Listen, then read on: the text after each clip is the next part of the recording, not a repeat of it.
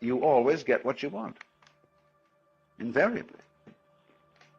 Even though you may think that it's entirely opposed to your wishes. But if it's your karma, everything that happens to you, put in another way, everything that comes to you is a return to you of what goes out of you. Yes, obviously, that's absurd. If you confine the definition of yourself to your voluntary, conscious behavior. That's a ridiculous definition of oneself. Oneself, by any stretch of the imagination, must involve far more than the conscious and voluntary aspects of our behavior. And if we see that it involves intimately and inescapably the behavior of what we call the other, the not-self, the environment, and see that these two are moving together like the two sides of the snake when it swims, then you get a very curious feeling. You have to be careful of it if you've got a Western background. Because this is what happens to a lot of people who play around with psychedelic chemicals. There are many, many cases of inflation among these people. That is to say, when you get this sensation that the two sides of the world, the inside and the outside, are moving together, you may think, I am ruling it. I am God in the Western sense of the word. Therefore, your ego, instead of being, as it were, integrated and transcended with all this process, merely assumes vast dimensions, has megalomania, is blown up by the mystical experience. And so you get the holier-than-thou people going around who seem to think that they're above all human conventions and have no obligations to anyone or anything, because they're divine and they can do as they damn please. What they haven't realized is that doing as you will isn't a new kind of behavior that you suddenly put on and say, from now on I'm going to go around doing as I will. You have to realize first that that's what you've always been doing.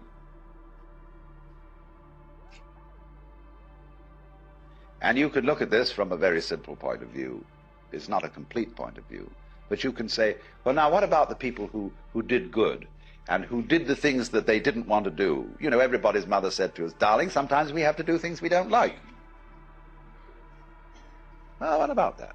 Well, you can always say, the kid obeyed the mother and did the thing that it didn't like because that was the better part of wisdom. In other words, if it hadn't done that, something worse would have happened. And we choose the lesser of two evils. And when you find yourself in a situation where you have to choose the lesser of two evils, then you say, I want out of here. And you take the easiest way. You take the line of least resistance. So that's your doing. Now, you can pursue that more profoundly when you stop thinking about human behavior as something that responds to the compulsion of an environment. And you can get out of that when you see the behavior of the environment as an essential aspect of you. So it isn't, as it were, the environment starting something, which you are therefore compelled to follow. It's the whole system moving together. So then, you get in the state of liberated or mystical consciousness, you very often feel that a hill is lifting you up as you walk up it. The ground seems to heave beneath your feet, and up you go. And you get this strange feeling of lightness, of effortlessness. Walking on air, never a care, you know. This wonderful sense that there are no obstructions anywhere. There's nothing, as it were, banging you and making you do that. It all flows together. And that's a very common sense. You are actually, in that state of consciousness, you are perceiving the goings-on, the Tao, the course of nature, in the way it's happening. But in the ordinary way, you've been conditioned to resist it, to fight it, and to use those sensations of resistance to create a sensory basis for what you describe as the ego. The ego in practice is a sense of strain. When you are aware of I, you are aware of a basic discomfort, which is located basically between the eyes, somewhere in here, a sort of tightness.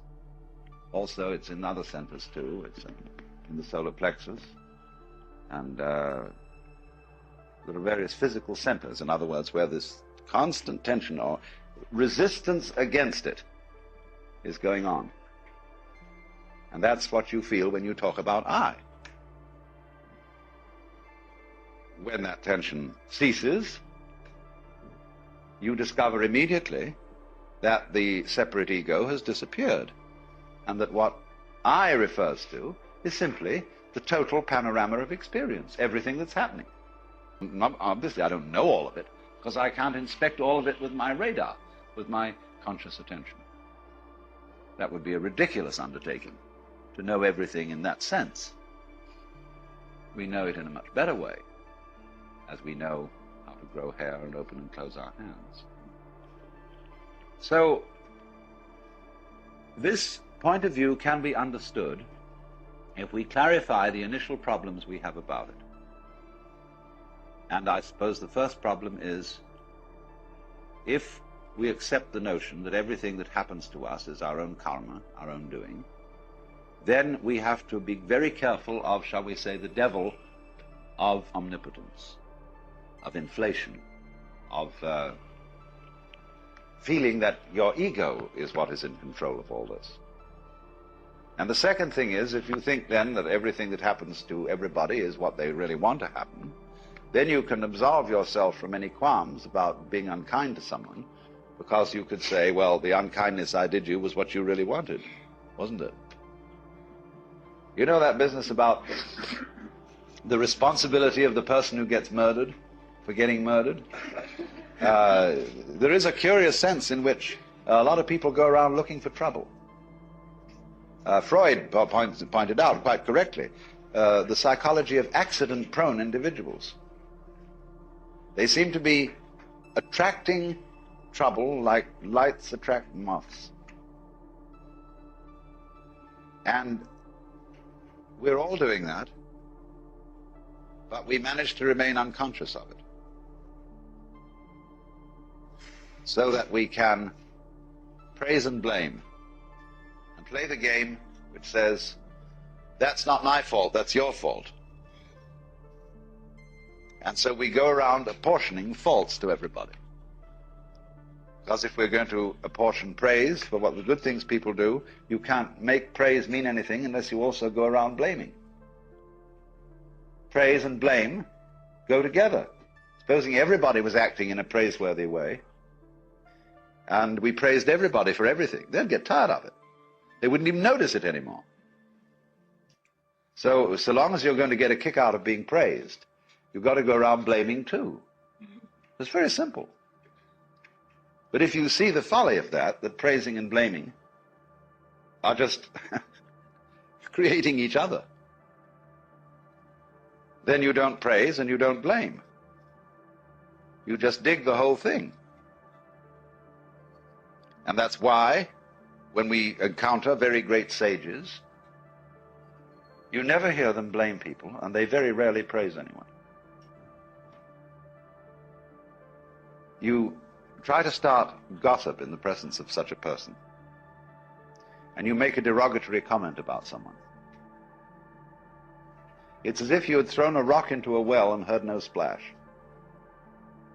And a funny feeling, because that you get no response.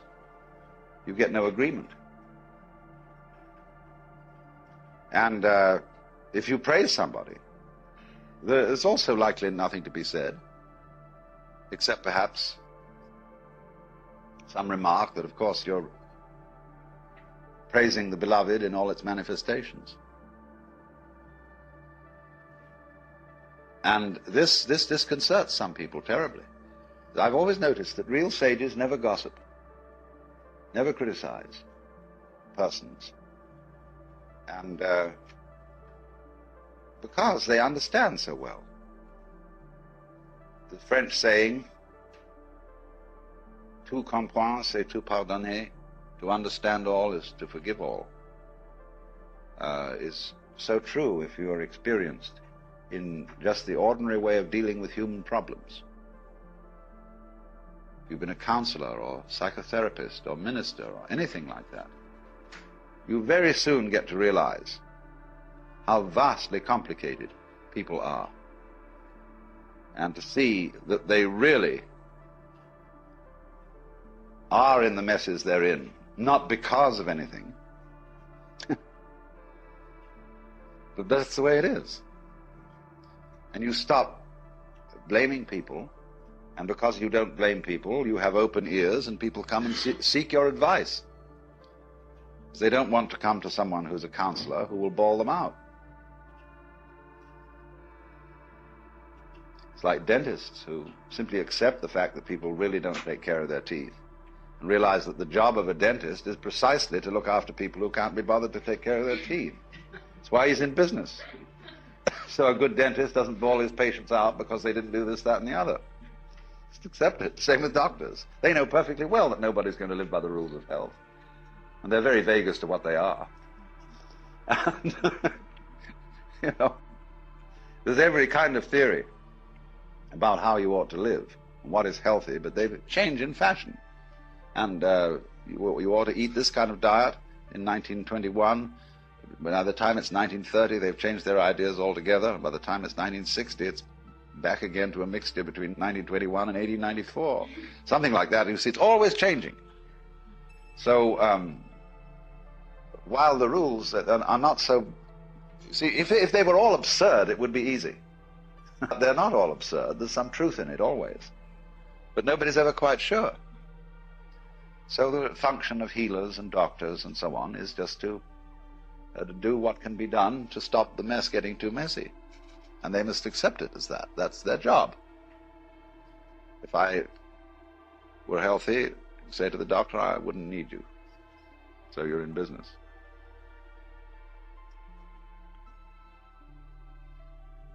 Now, what about it then? We have difficulty in seeing this mutuality of our relationship to the rest of the world because it's contrary to common sense, contrary to the way we've been brought up. And therefore we have what I would call an initial intellectual block to understanding it, quite apart from any emotional blocks or anything of that kind. But obviously, we must overcome that intellectual block if we're going to go any further and actually realize and feel this way of life's working and this relationship between what you do and what happens to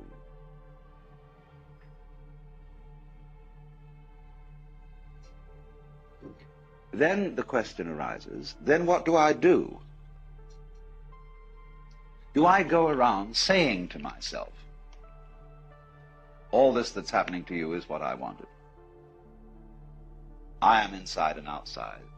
I am the subjective and I am the objective. And I mean, you go around thinking thoughts about this, so as it were to talk yourself into this way of feeling.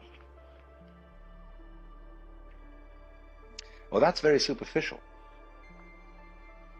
because this new sense of relationship to nature is something much more than an idea. See, ecologists and physicists have the idea that this is so, but they mostly in their private life and in their ordinary human behavior are just like other people who don't feel it and who feel themselves in a Newtonian billiards game, even though they've gone on to quantum mechanics. So that there may be a transition from our ordinary way of feeling how things go on to the new way, we have to do something other than think. Because actually thinking is causing the trouble. It is by thinking that we divide the world into separate events and separate things. That is calculus. And Ananda Kumaraswamy once described the life of the liberated being as a perpetual, uncalculated life in the present. And you say, wow, I don't think I could do that. That saying of Jesus in the Sermon on the Mount, be not anxious for the morrow, the uncalculated life. If God so clothe the grass of the field, will he not much more clothe you, faithless ones? And I've never met a preacher yet who would really take that up. They all say, well, of course, that's too hard a saying for most of us. It's not practical. Everybody has to take thought for the morrow and calculate. Well, at this point, people can go in two directions. There's one class of people who will say, all right, let's live the uncalculated life. Let's not make any plans. And before you know where they are, they're living a filthy pad and scrounging around and living on petty thievery and so on. This is the usual thing. This is got into it the wrong way. The first thing to do is, just as I said,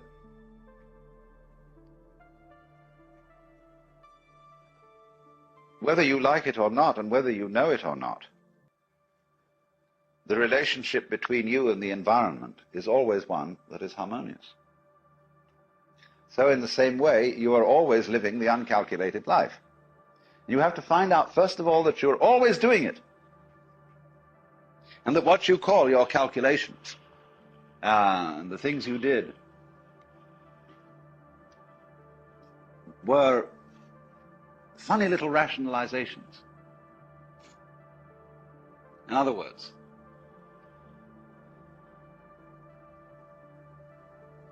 your ego has about as much control over what goes on as a child sitting next to its father in a car with a plastic steering wheel that is turning the car the way Daddy drives it.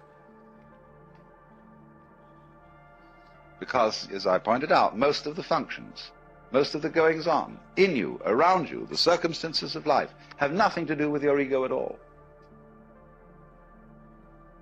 And you don't even know why you make up your mind to do certain things.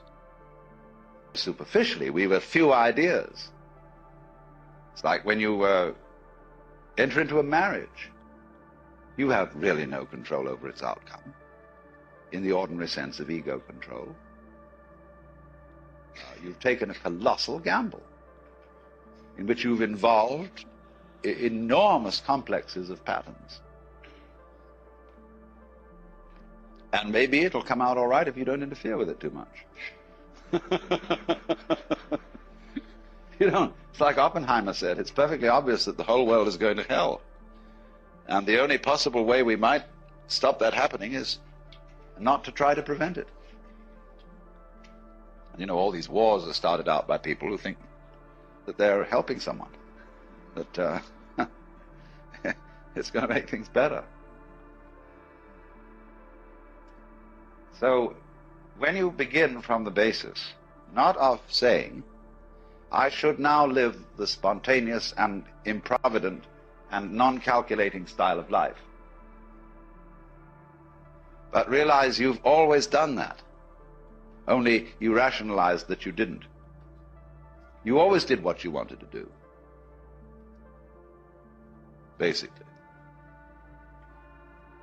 Only you said sometimes it was my duty. But you preferred a conception of yourself as someone who always does his duty. That flattered you.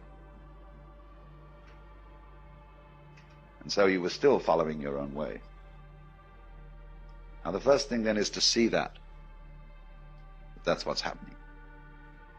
So that you don't think, well, now there is some special thing I have to do to understand this harmonious relationship between the individual and the world. Because if you work on it that way, you will start from the presupposition that that relationship doesn't already exist and has to be brought into being. The thing is, it doesn't have to be brought into being. It's there. But now when you see that that's so, it obviously starts to make a difference. You do behave in a different way. But the behavior, the new kind of behavior that is a result of a transformation, is not forced behavior.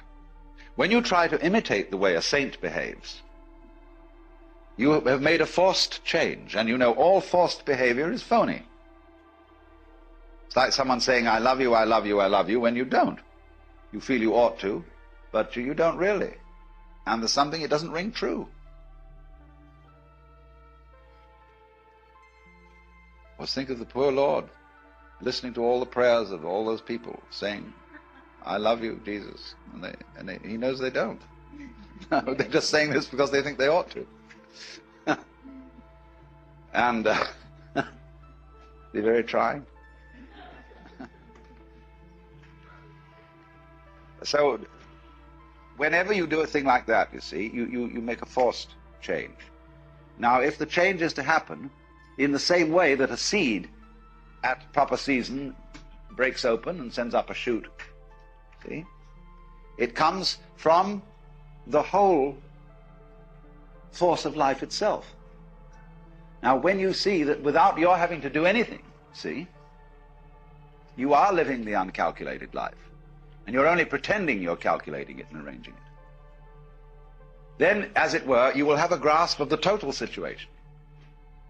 And you can allow it to produce changes in action which are not forced.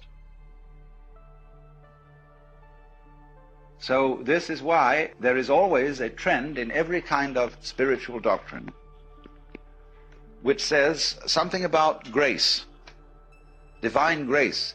There must come about something in you, a change, which you can't produce. And if you try to produce it, you will be a victim of spiritual pride. But on the other hand, all teachers are universally saying, you've got to make an effort. There's some discipline. There is something you must do. Well, that's the only way to get it across to people. That you, as a separate effort maker, are a myth, are a phantasm. Because if you really try to control your mind and only think the thoughts that you think are good thoughts to think, you will find that you're going round in a circle. Krishnamurti is awfully good at pointing this out. When people ask him, how do you meditate? He says, why do you want to meditate? Why are you concentrating? Why are you saying prayers? Why do you think you should believe in God? And it always comes up because I'm just a son of a bitch. I mean, I'm out for my own good, and this seems to be the way. So he says, you see, you don't have any genuine love at all. It's all fake. And so you have to find, first of all, where the genuine love is. Now, you love you, don't you? That's genuine. We won't argue about that. But then, when you start from this, I gave a talk some time ago to the Air Force. Their camp, or lab where they make weapons, do all the research. And they got a bunch of us there who were ministers and philosophers, and they had the nerve to ask us what was our basis for moral behavior, personal moral behavior. Well, I said, my basis for moral behavior is pure selfishness. And I'm talking, after all, to realistic people here, and I don't think we need to be sentimental and beat about the bush. After all, you're all warriors and fighters and so on, and you know how rough things are. So I'm going to say to you frankly, I'm out for me. But of course, I don't do it in a tactless way. I don't go around and hit people over the head and say, give me this, give me that. I'm much more subtle. I say, good manners and please and how nice you all are and so on. And finally, people feel massaged psychologically into a state where they'll give. But then I said after that, there's some things that bother me. The first one is, if I love me, what do I want? And furthermore, who am I? Because if I'm going to be realistic about getting what I want, I've got to be pretty sure what it is that's me and what is the state of desire in me. If I am desire, see, if I am a center of desire, what's it all for? Well, I think of all the things I want. Well, it so turns out that none of them are me. When I say I want dinner, it doesn't mean I'm going to eat me up.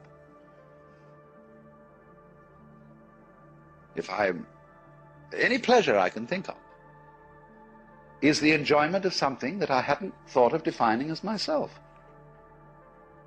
Because I like my sensations. I like what happens to my body when I take a fine wine and down it. But then what's the difference between my body and the wine? If I say I like the wine, I also mean I like me and the wine together, a mixture. But then I don't eat you or a friend or a lover in the same way as I drink wine. I live in association and like this. But then I'm loving things that aren't formally supposed to be me. And as I go into it, in other words, as I investigate what I mean by me, I find that I can't put any limits on it. That I cannot experience me without you, or without the other. And they're inseparable. But you don't find this out until you investigate it, until you really go into the question, what do I want? And that's the most important investigation anyone can make, which I'm going into in the next session. The question of power. And all these military men, they think they want power. And so I said to them some very subversive and undermining things without anybody knowing it until long after I'd left.